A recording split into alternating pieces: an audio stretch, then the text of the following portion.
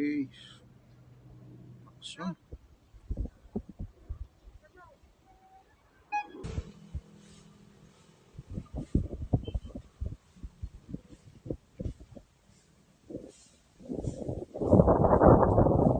So guys, na-update po kayo dito sa ginagawang tulay po dito sa Little Baguio. Sa boundary po ng Rosario at saka ng Tansa.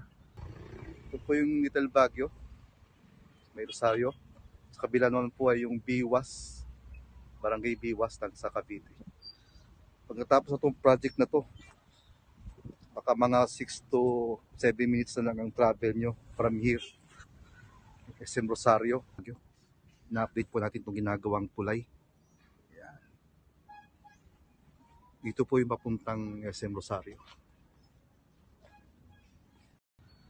So tatry po natin mag-vlog naman po sa kabilang site. Dito po sa may Biwas. Dito po sa aking likuran. Dito po sana itutuloy yung project. Kung matuloy itong project ito, ganda sana ng natin, no? Yung travel time magkakat po ito half. From 10 minutes, baka pwedeng 5 minutes na lang travel ninyo pag tapos itong tuloy na to. So as of now, ito pa lang po yung natatapos sa project dito sa may Tansa side na ginagawang tulay, itong Tansa Rosario Bridge. So ayan, dyan nyo po makikita na ayan. Ito naman ng Tansa Cavite side ng Tansa to Rosario Bridge na project. Na project daw po ng DPWH. Ayaw daw po pumayag ng mayor ng Rosario na tuloy ang project.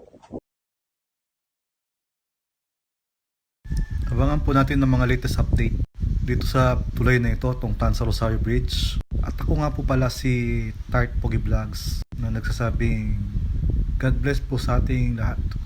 Goodbye!